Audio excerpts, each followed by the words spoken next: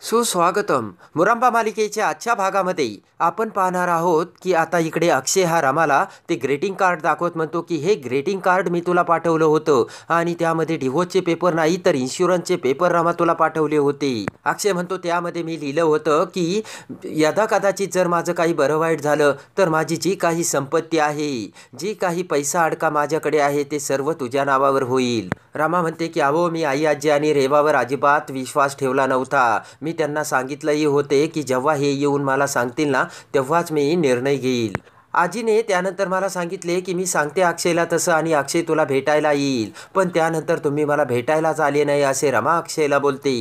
अक्षय म्हणतो की त्याच दिवशी माझा अपघात झाला म्हणून मला येता आलं नाही. अक्षय म्हणतो की मी तुला भेटायला येणारच होतो म्हणजे निघालोच होतो रमा, आणि रस्त्यात मी तुला आता बुफे घेऊन फुलेही तुझ्यासाठी घेतली होती आणि रस्ता क्रॉस करत असताना अचानक पाठीमागून एक गाडी आली आणि त्या गाडीने मला उडवले असे आता अक्षय हा रमाला सांगतो. रमा म्हणते की मी तुम्हाला भेटायचाही प्रयत्न करत होते आणि बोलायचाही प्रयत्न करत होते, पण आई आजी मला तुम्हाला भेटूही देत नव्हत्या आणि रेवा मला फोनवरही तुमच्यासोबत बोलूही देत नव्हती, तीच तुमचे फोन उचलत होती.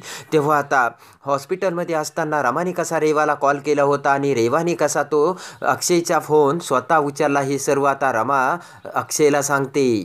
रमा म्हणते की रेवा मला वाटेल ते सांगायची. रेवाने मला सांगितलं होतं की तुम्ही दोघं ऑफिसच्या कामासाठी बाहेर जाणार आहे, अक्षय तुला भेटू शकत नाही. आणि त्यानंतर दुसऱ्या दिवशी आईला मी दवाखान्यात घेऊन गेले तर तुम्ही मला तिथे हॉस्पिटलमध्ये दिसले. त्यावेळेस रेवा ही तुमच्या गाडीसमोर होती आणि पोटाला हात लावत ती आम्हाला प्रेग्नंट असल्यासारखी दाखवत होती. हे आता रमा अक्षयला सांगते. रमा म्हणते की तेव्हा हे सर्व मला दिसत असताना मी कसा तुमच्यावर विश्वास ठेवायचा. अक्षय म्हणतो रमा मी हॉस्पिटलमध्ये होतो, रेवा माझ्या फोनमध्ये काय काय करत होती हे मला कसं समजणार. तर रमा म्हणते की मग त्यावरती मी तरी कसा विश्वास ठेवणार होते. आई आजीने मला त्या पेपर्सवर सह्या करायच्या सांगितल्या तेव्हा मी तुम्हाला म्हटलेही होते की तुम्ही हे खरंच पेपर पाठवले का, तर तुम्ही मला हो म्हणाले होते. तुम्ही सांगितले होते की आत्ता रामा मी तुला भेटू नाही शकत, तू त्या कागदांवरती सह्या कर. तर मग मला आणखीनच राग आला, जर मी तुम्हाला तुमच्या आयुष्यात नकोय तर मी तरी तुमची वाट कशी बघू अशी आता रमा अक्षयला बोलते. म्हणते की ज्या वेळेस मी आपल्या घरी आले होते त्या वेळेस रेवा ही तुमच्या अगदी जवळ होती, तेव्हा आता मला सुद्धा राग आला आणि मी तेथून जाऊ लागताच मी विचार केला की माझ्याशिवाय तुमच्या आयुष्यात सगळं काही व्यवस्थित चालू आहे तर मी तुमच्या आयुष्यात परत का ढवळाढवळ करू. त्याच वेळेस जात असताना मला आई भेटले आणि त्यांनी मला सगळं सांगितलं असे आता रमा अक्षयला सांगते. ते पेपर्स बघून सीमा आता रमाला म्हणते की हे सर्व काय आहे. तर रडतच रमा म्हणते की आई आता माझ्याकडे दुसरा कोणताही पर्याय नाही आणि अखेर हेही त्यांच्या वडिलांसारखेच निघाले. तेव्हा आता रमाचा तो सर्व गैरसमज आता सीमाने त्याच वेळेस दूर केलेला असतो. तेव्हा सीमाने रमाला सांगितलेले असते की अरे अक्षयने ते तुझ्याकडे इन्शुरन्सचे पेपर पाठवले होते आणि त्याच पेपरवर त्याने तुला सह्या करायला सांगितले असतील, हे डिव्होर्सचे पेपर त्याने पाठवले नव्हते. तेव्हा आता रमाला सगळं समजलेलं असतं. ते या सर्व ऐकून आता अक्षयला रेवाचा राग येतो आणि अक्षय रेवाकडे जाऊ लागतो. अक्षयचा हात धरत रमा अक्षयला थांबवते आणि म्हणते की हे तुम्ही काय करताय, सकाळपासून तुम्ही काही खाल्लेलंही नाहीये. वोट करत अक्षय म्हणतो की आत्ताच्या आत्ता रेवाला मी या घरातून बाहेर काढीन. इकडे आता जान्हवी ही आनंदचे डोके दाबत असते आणि म्हणते की कंटाळा आलाय, दररोजच सॅड सॅड बघून खूप वैताग आलाय आणि कधी संपणार हे दुःख. आनंद म्हणतो की मग आता काय करायचं जानू. आनंद म्हणतो की हाच तर खऱ्या आयुष्यात आणि मीडियाच्या आयुष्यातला फरक आहे. खऱ्या आयुष्यात हे दुःख येतंच जानू. आनंद म्हणतो की जानू दररोज तुला एकच गोष्ट खायला दिली तर तुला त्याची टेस्ट राहील का, तर जान्हवी म्हणते नाही. तर आनंद म्हणतो की तसंच आपल्या आयुष्यात आहे जानू, कायमच आपण जर हॅप्पी राहिलो तर त्या हॅप्पीची आपल्याला काही टेस्टच राहणार नाही. ते ऐकून जान्हवी म्हणते की खरंच खूप मोठी फिलॉसॉफी सांगितली आणि मला वाटत होतं या घरात फक्त मी स्मार्ट आहे पण तू सुद्धा स्मार्ट आहे बेबी. ते ऐकून आता आनंद खुश होतो. इकडे आता रमा ही अक्षयला बाहेर घेऊन येते तर अक्षयला आता रेवाचा खूप राग आलेला असतो. त्याच वेळेस अक्षय अक्षय करत रेवा तिथे येते. तर आता अक्षय रेवाचा हात झटकतो तर रमा ही अक्षयला सोफ्यावर बसवते. त्यानंतर आता रेवा ही अक्षय समोर बसते आणि म्हणते की अक्षय माझं काही चुकलं का. आता रमा ही अक्षयला खायला आणण्यासाठी किचनमध्ये गेलेली असते. रेवाचे ते बोलणे ऐकून रमा विचार करते की अक्षय आता शांत राहा, काहीही बोलू नकोस. रेवा म्हणते अक्षय तू गोळ्या विसरलास का, तुला काय झालंय, डॉक्टरांकडे जायचे का. तेवढ्यात रमा ही अक्षयला खायला घेऊन येते. तर आता रमाने आणलेले खायचे चमचा घेऊन रेवा ही अक्षयच्या तोंडात घालू लागते. तेव्हा अक्षय रेवाकडे बघत म्हणतो की रेवा, तू हे चांगलं केलं नाहीस आणि तू माझ्यासोबत खूप वाईट वागलीस. तेव्हा मी आता तुझे पितळ कसे बाहेर काढतो ते तू बघच. इकडे आता आभ्याला एका व्यक्तीचा कॉल आलेला असतो आणि तो आभ्याला फोनवरती काहीतरी सांगतो. तेव्हा आभ्याला मोठा धक्का बसत आभ्या म्हणतो की ठीक आहे, मी उद्या तुमची भेट घेतो. इकडे आता शशिकांत त्याच्या बेडरूममध्ये शेअर्स घेण्यासाठी कोणाला तरी फोन करून सांगत असतो. तेवढ्यात रेवा तिथे येते आणि मध्येच शशिकांतला म्हणते की बाबा, मला तुमच्याशी बोलायचं आहे. शशिकांत म्हणतो की रेवा 1 मिनिट थांब. तर रेवा काही ऐकायला तयारच नसते. फोन ठेवताच रेवा शशिकांतला म्हणते की बाबा, मी असं बघितलंय की रमा अक्षयचं जोरदार भांडण झालंय.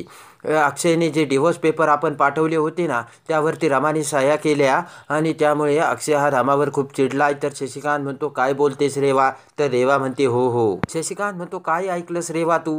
तर रेवा म्हणते की मी ऐकायला कान दिलेच होते दरवाजावर, पण तेवढ्यात आई आल्या आणि त्यामुळे मला आतमध्ये काय झालं ते ऐकायलाच नाही मिळालं. शशिकांत म्हणतो ही सीमा आयत्या वेळेला कशी येते काय ठाऊक. शशिकांत म्हणतो की जाऊ दे रेवा, तू जे ऐकलंस ते एक चांगलंच आहे आणि ते पेपर्स कुठे आहे?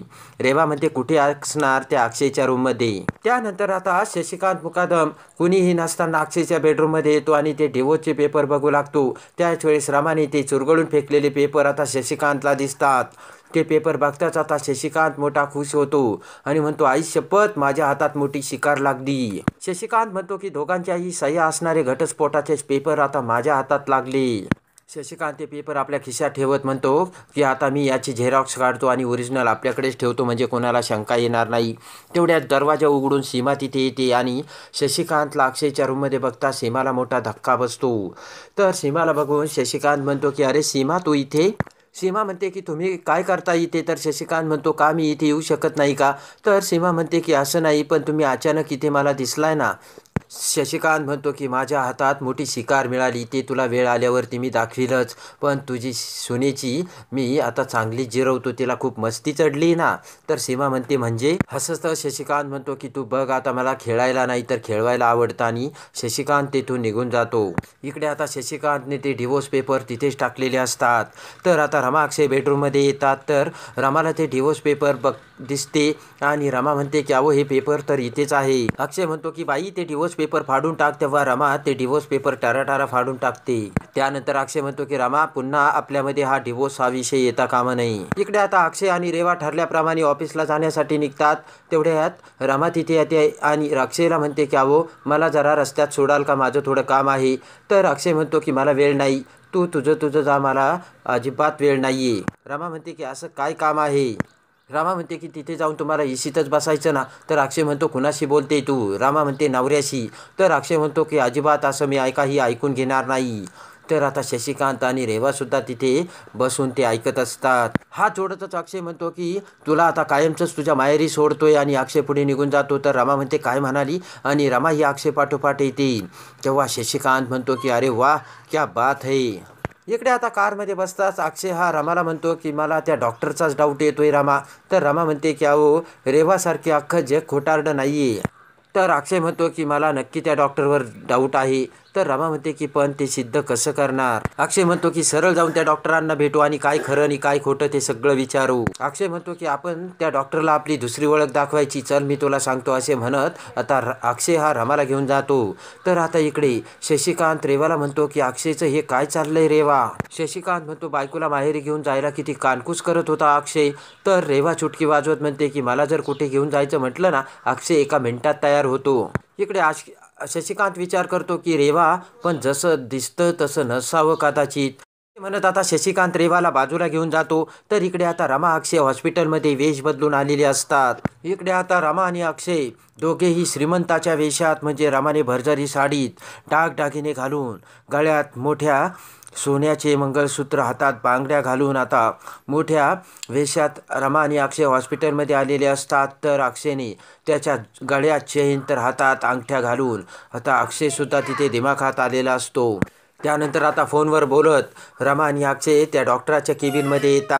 तेव्हा डॉक्टर म्हणतात की कोण हे आप? त्यानंतर अक्षय त्या डॉक्टर पुढे पैशाचे बंडल टाकत म्हणतो की आप अभी ये लिख के दो की हमारी बीवी गर्भवती आहे तेव्हा त्या डॉक्टरला पैशाची लालच येऊन आता डॉक्टर त्याची गर्भवतीचे रिपोर्ट अक्षयला देते. इकडे आता आई आजी ही ऑफिसमध्ये असताना एक मोठे मॅनेजर तिथे येतात आणि म्हणतात की तुमच्या विरुद्धात तक्रार आली म्हणून आम्हाला चौकशी करण्यासाठी इथे यावं लागलं.